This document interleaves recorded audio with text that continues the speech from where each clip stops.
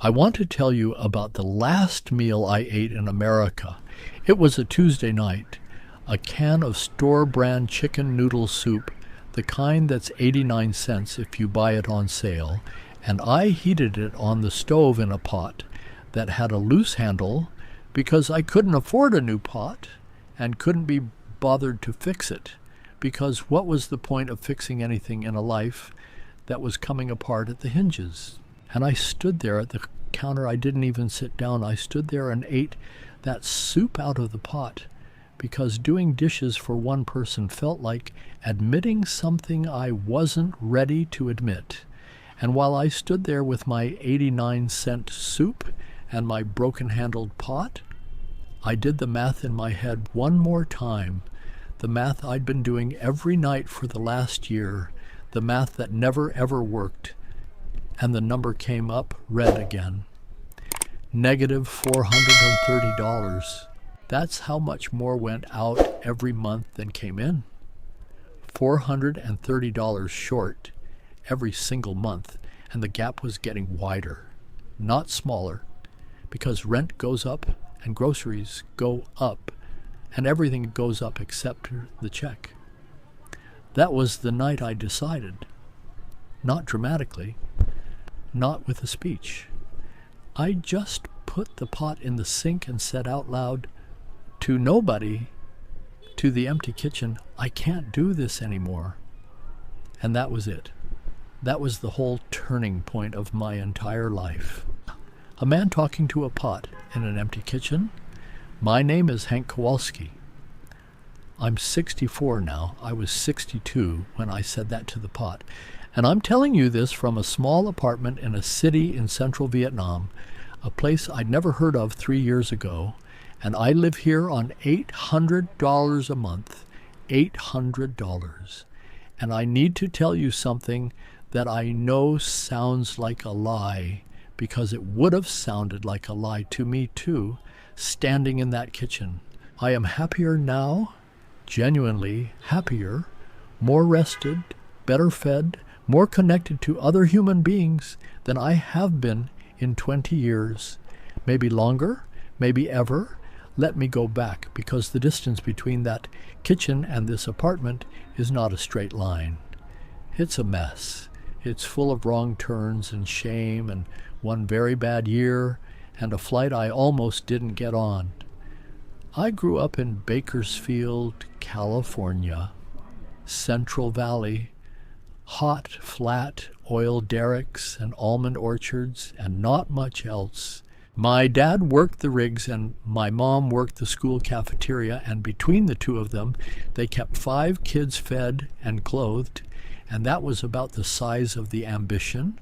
I went to work at a distribution warehouse when I was 21, a big one out on Rosedale Highway, sorting and loading, and I did that for 33 years. 33 years in the same building, lifting the same boxes, driving the same forklift, breathing the same dust. I was a good worker. I showed up every day, even the days I didn't want to, which toward the end was most of them. I was the guy they called when somebody didn't show. I was reliable. That was my thing. Hank's reliable. You can count on Hank. Well, you could count on Hank right up until the robots showed up. Not actual robots, not like the movies, but automated systems. Conveyor belts that sort themselves, scanners that replace the guys with the clipboards. And one by one, the guys with the clipboards went home and they didn't come back, and then it was my turn. They called me into the office, a room I'd been in maybe twice in 33 years, and a woman from corporate I'd never met told me my position was being automated, and they appreciated my years of service, and there was a severance package, which turned out to be 3 weeks of pay for 33 years of showing up. 3 weeks? I did the math on that later. It comes out to about 6 days of severance for every decade of loyalty. That's arithmetic. That's what reliability is worth. Here's the money story and I'm going to tell it straight because I think the shame of it has held me prisoner long enough, and I'm done with it. I never made more than $19 an hour. In 33 years, I peaked at $19. In Bakersfield, California, which people think is the cheap part of the state, and it is, but cheap in California is still expensive compared to anywhere else. My rent for a one-bedroom apartment, and I moved 4 times in 10 years chasing cheaper, was $1,150 when they let me go. $1,150 for a place where the air conditioner barely worked in a town where it hits 110 in August. I was never married. I came close once in my 30s, a woman named Deborah, but it didn't work out, and I'm not going to get into why, because the reasons belong to both of us, and she's not here to tell her side. I don't have kids. And I know what you might be thinking, well, no wife, no kids, where did the money go? And the answer is it went where it always goes for men who make $19 an hour in California.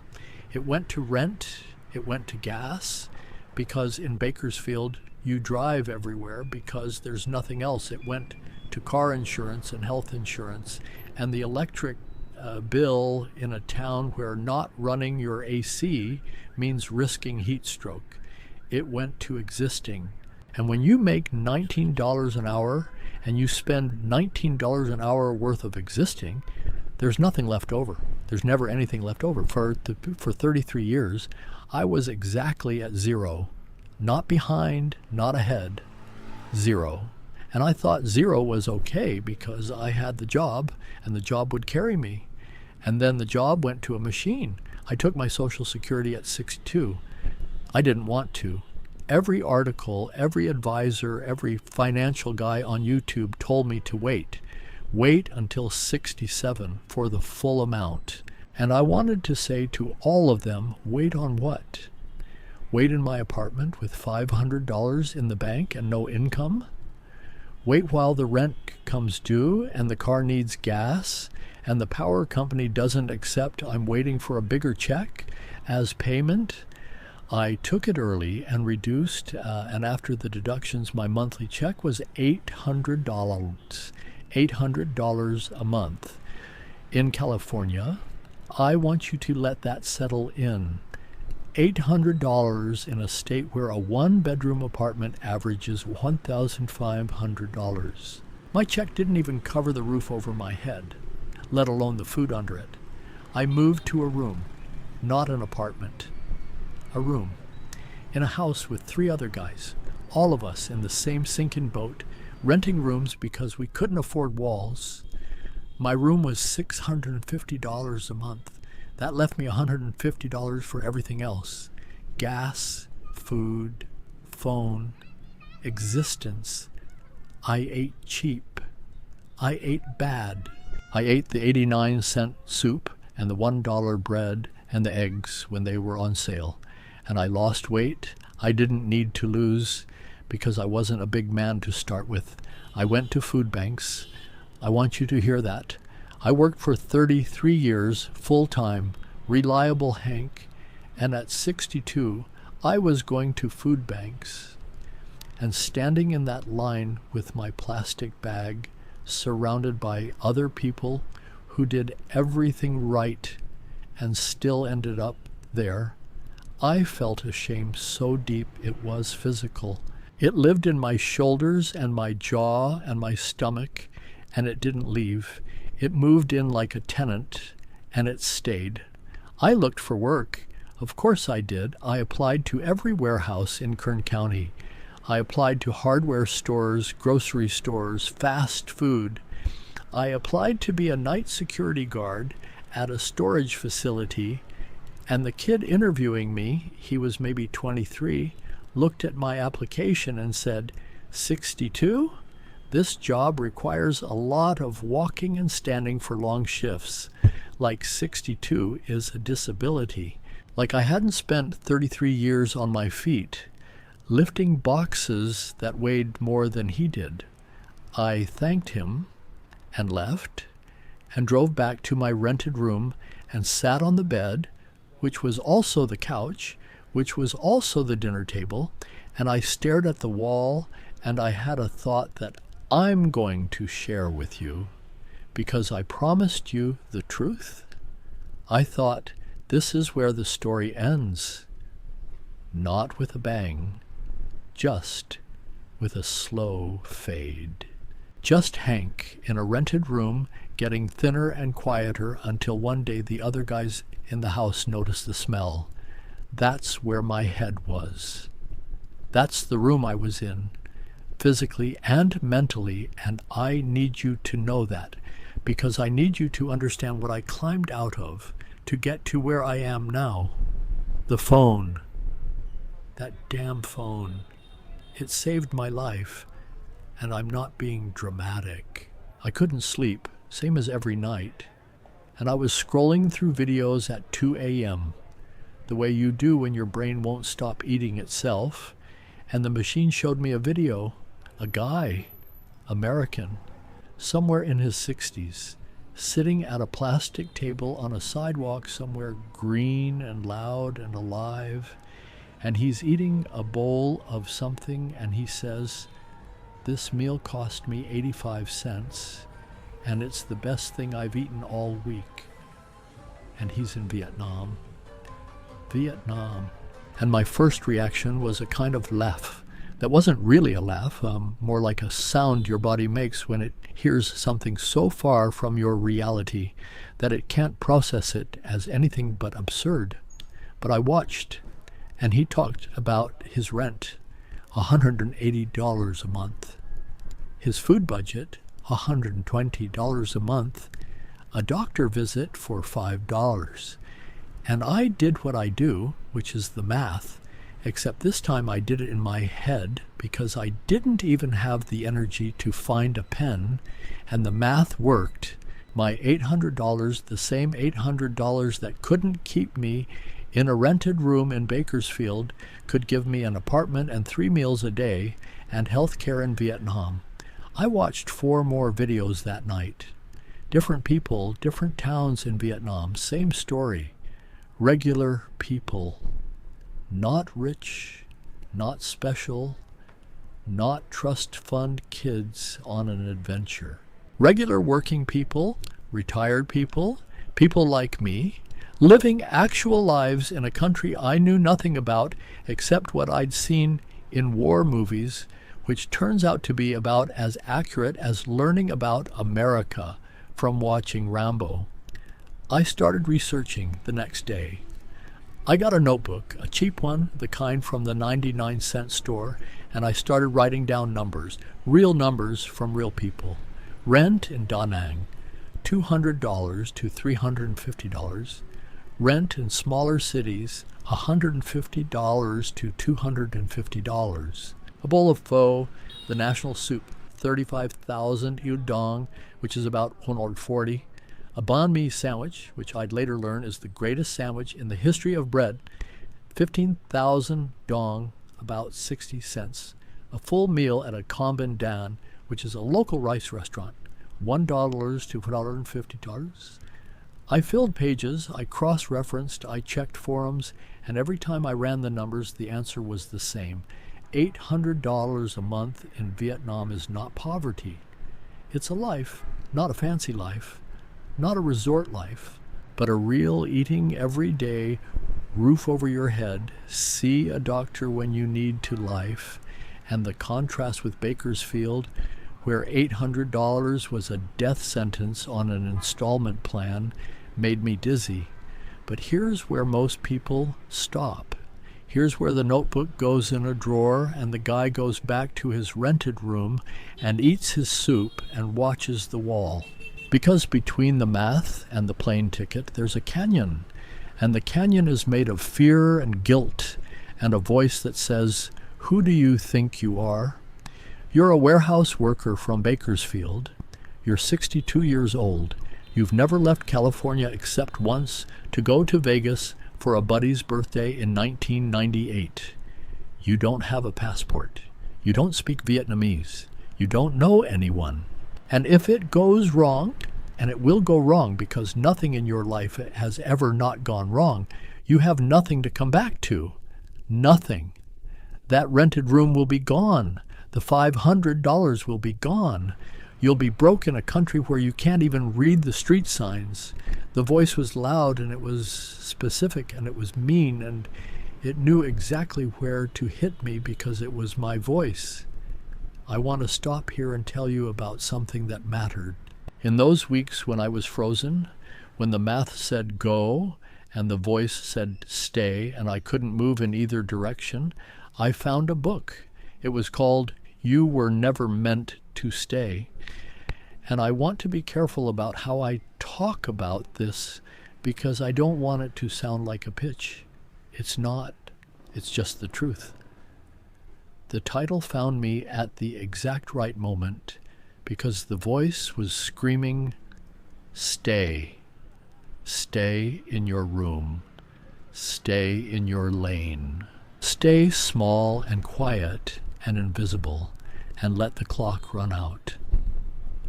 And this book said no. You were never meant to. You were never meant to shrink yourself into a room you can barely afford in a town that has no use for you anymore. The book is about fear and guilt and the lies we tell ourselves about what's responsible and what's reckless. And it rearranged something in my head that all the math in the world couldn't reach. I'll leave a link in the description. What finally moved me was not the book and not the math. It was a phone call. My brother Eddie, 5 years older, retired, living in a trailer in Arizona on his Social Security, called me one night. We don't talk much. We're not that kind of family. But he called and he could hear it in my voice, the gray, the nothing, and he said, "Hank, you sound like Dad before he died." And I didn't say anything because he was right. Our father spent his last years in a chair in front of a TV, not living, just waiting. And I was becoming him. And Eddie said, "Dad never went anywhere. Dad never did anything. He just sat there and ran out. Don't be Dad, Hank. If you've got somewhere to go, go. Don't be Dad." That's what moved me. Not inspiration, terror. The terror of becoming my father, of sitting in a chair in a rented room until the sitting was all that was left. I bought a one-way ticket. I couldn't afford a round trip. Let me say that again because I want you to understand the stakes.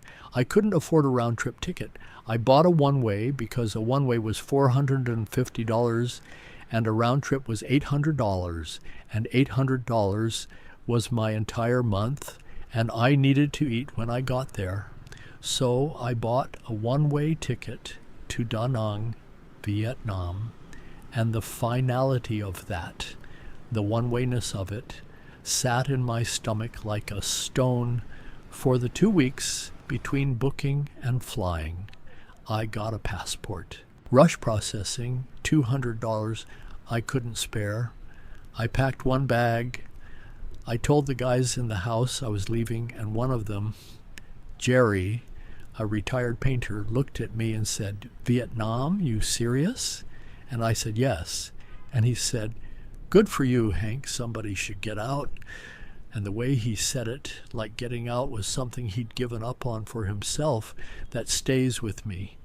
I landed in Da Nang at night. The airport was bright and clean, and nothing like what I expected, which was nothing because I had no expectations. I had no frame of reference for anything. I walked outside, and the air was warm and wet, and it smelled like exhaust and flowers, and grilling meat all at the same time, and there were motorbikes everywhere. A river of motorbikes, more motorbikes than I'd seen in my entire life combined. And they were honking and weaving and carrying everything from families of 4 to refrigerators, and nobody seemed concerned about any of it.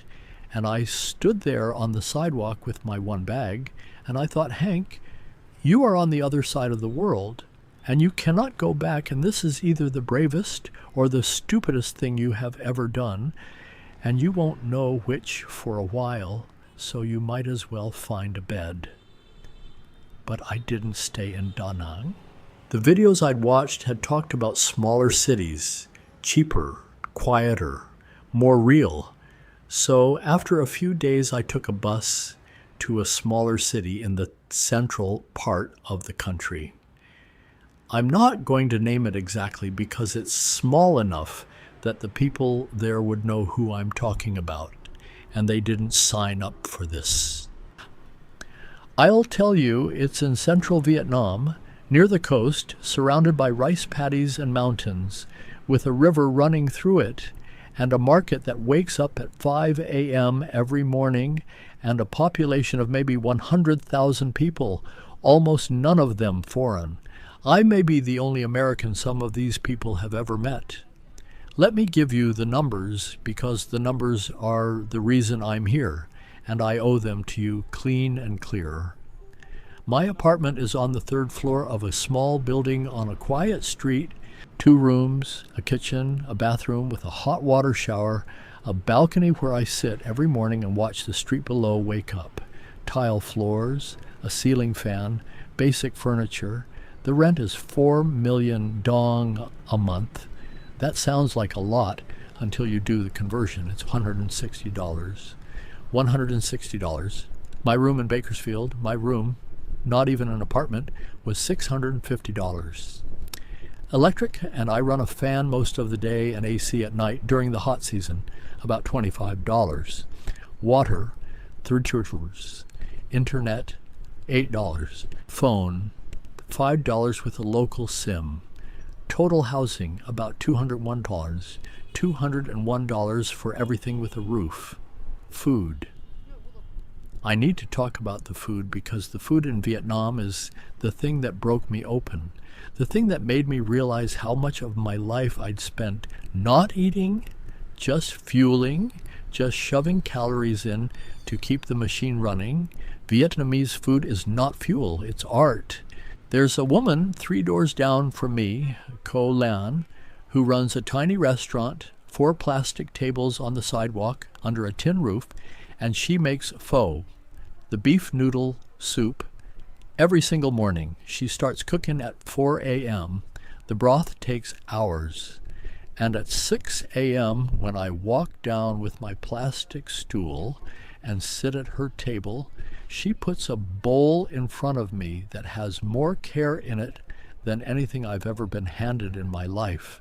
The broth is clear and deep, and it tastes like somebody spent their whole life learning how to make one thing perfect. Fresh herbs on top, bean sprouts, lime, chili. The whole bowl costs 25,000 dong. That's $1. $1 for the best soup I've ever tasted. And I eat it every morning, and every morning it's perfect, and every morning Ko Lan watches me eat the first spoonful and nods like we've agreed on something important.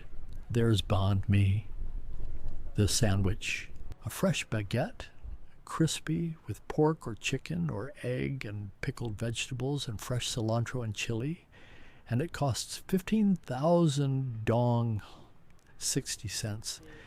I eat one almost every day for lunch, and I have to tell you that the first time I bit into a banh mi from a street cart in Vietnam, I stopped walking and I stood on the sidewalk and I chewed, and I thought, I have been alive for 62 years and I have never eaten a real sandwich until this moment.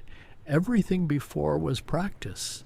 My total food budget, eating 3 meals a day, eating well, eating fresh, eating food that people made that morning with their hands, $120 a month.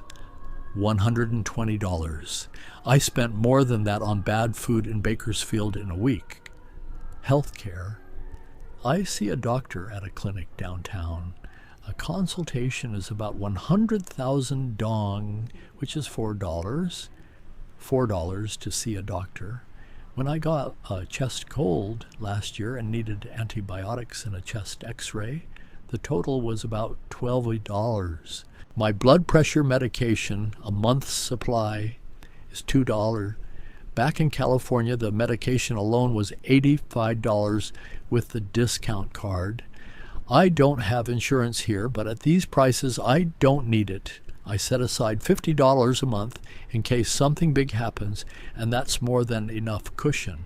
Total monthly. Housing, $201. Food, $120. Eating out and coffee, $60. Health, $20. Transportation, mostly walking, and an occasional Exi-Om, which is a motorbike taxi, $30. Everything else, including haircuts, for $2 and beer for 50 cents, and the occasional bus trip to the coast, $150. Grand total, about $581. My check is $800. That leaves me $219. $219. I save money. Hank Kowalski, the man who stood in his kitchen eating soup from a pot and talking to nobody, saves money every month. The first time I closed my notebook and the number was positive, I sat on my balcony and I watched the motorbikes go by, and I felt something in my chest release that had been clenched so tight for so long I'd forgotten it was there. I slept 8 hours that night. 8 hours. I hadn't slept 8 hours since before the warehouse let me go. The hard parts. Because there are hard parts, and anyone who says there aren't is selling you something. The heat. Vietnam is hot. Central Vietnam in summer is a kind of hot that has weight. You walk outside and the air pushes back. The first month I thought I was dying. I drank water constantly and sweated through everything I owned and lay under the fan at 2 p.m. wondering how an entire country of people functioned in this heat. The answer is they've been doing it for thousands of years and they think you're funny for complaining. The language. Vietnamese is tonal. The same word said with a different tone means a completely different thing. I tried to order chicken once and instead told the woman I wanted to play guitar. She looked at me, looked at the menu, looked at me again, and just brought me chicken anyway because she's a saint. The traffic. I have to tell you about the traffic because until you've seen Vietnamese traffic, you have not seen traffic. There are no rules. There are suggestions, and the suggestions are ignored. Motorbikes go in every direction at once. They go the wrong way down one-way streets. They carry families, furniture, livestock. I saw a man on a motorbike carrying a pane of glass the size of a door. I once crossed the street, and it took me 4 minutes, and I aged a decade. And when I got to the other side, an old Vietnamese man patted me on the shoulder like I'd completed a marathon. The trick, which took me a month to learn, is you just walk slowly and steadily. Don't stop. Don't run. Don't make eye contact. Just walk, and the motorbikes flow around you like water around a rock. The first time it worked, I felt like Moses. But here's what I didn't expect. The people, the Vietnamese people, I need to be careful here because I don't want to generalize an entire country, but I can tell you about the ones I've met, and the ones I've met have been the kindest, most generous, most unexpectedly warm people I've ever encountered. My landlord, Antoine, a man about 45 who owns the building, checks on me every week. He brings me fruit from his mother's garden. He helped me set up my internet and refused payment. When I was sick with the chest cold, he brought me a thermos of ginger tea that his wife made and sat with me for an hour, even though neither of us understood more than 10% of what the other was saying. The neighbors, they know me, they wave. The kids shout, "Hello," because it's the only English word they know, and they shout it with such pure delight that it makes me smile every single time, even when I'm having a bad day. There's a group of old men who play chess.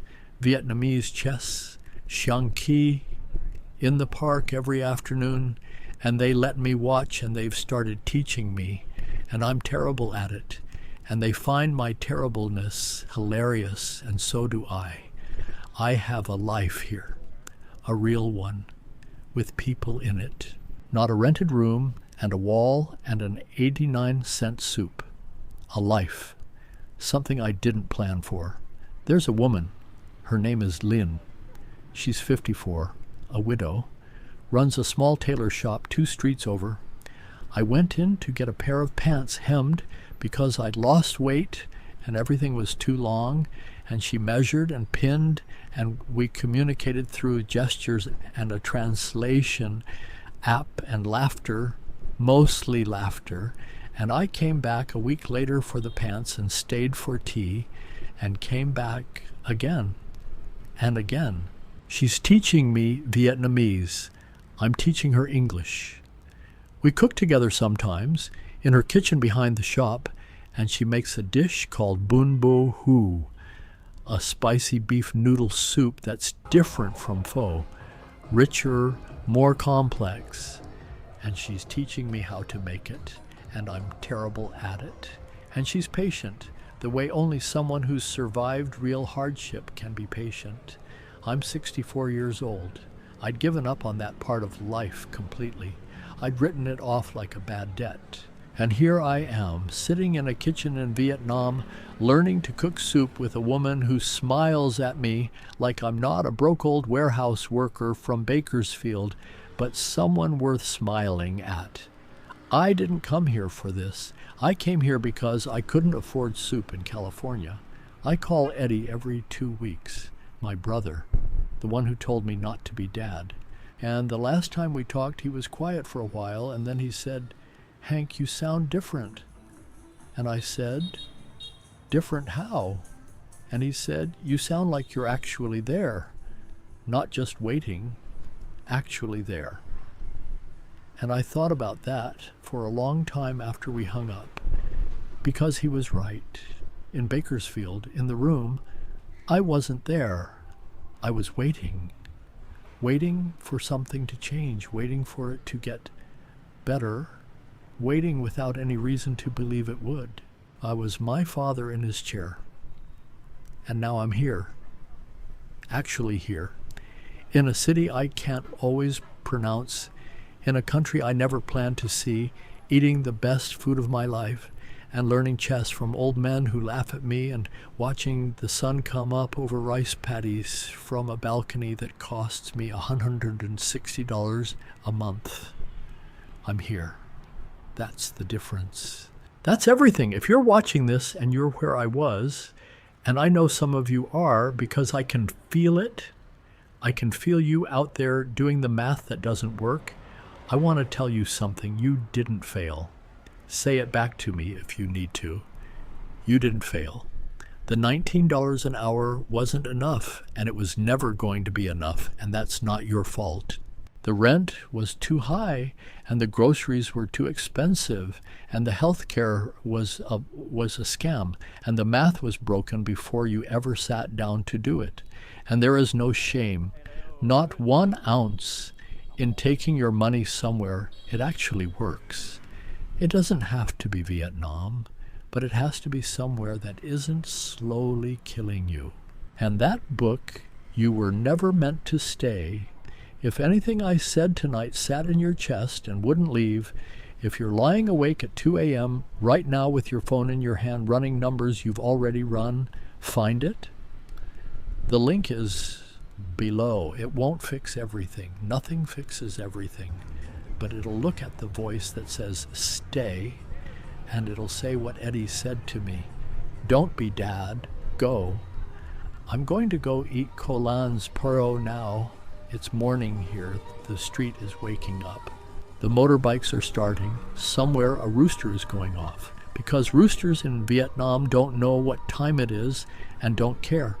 And I'm going to sit on my plastic stool and eat my $1 soup, and Colan is going to watch me eat the first spoonful and nod. And that nod, That tiny nod from a woman I couldn't speak to when I got here is worth more than 33 years of being reliable in a building that replaced me with a machine. Come eat pho sometime. Kolan has a stool with your name on it. Bring your appetite. Leave your shame at the airport. You won't need it here.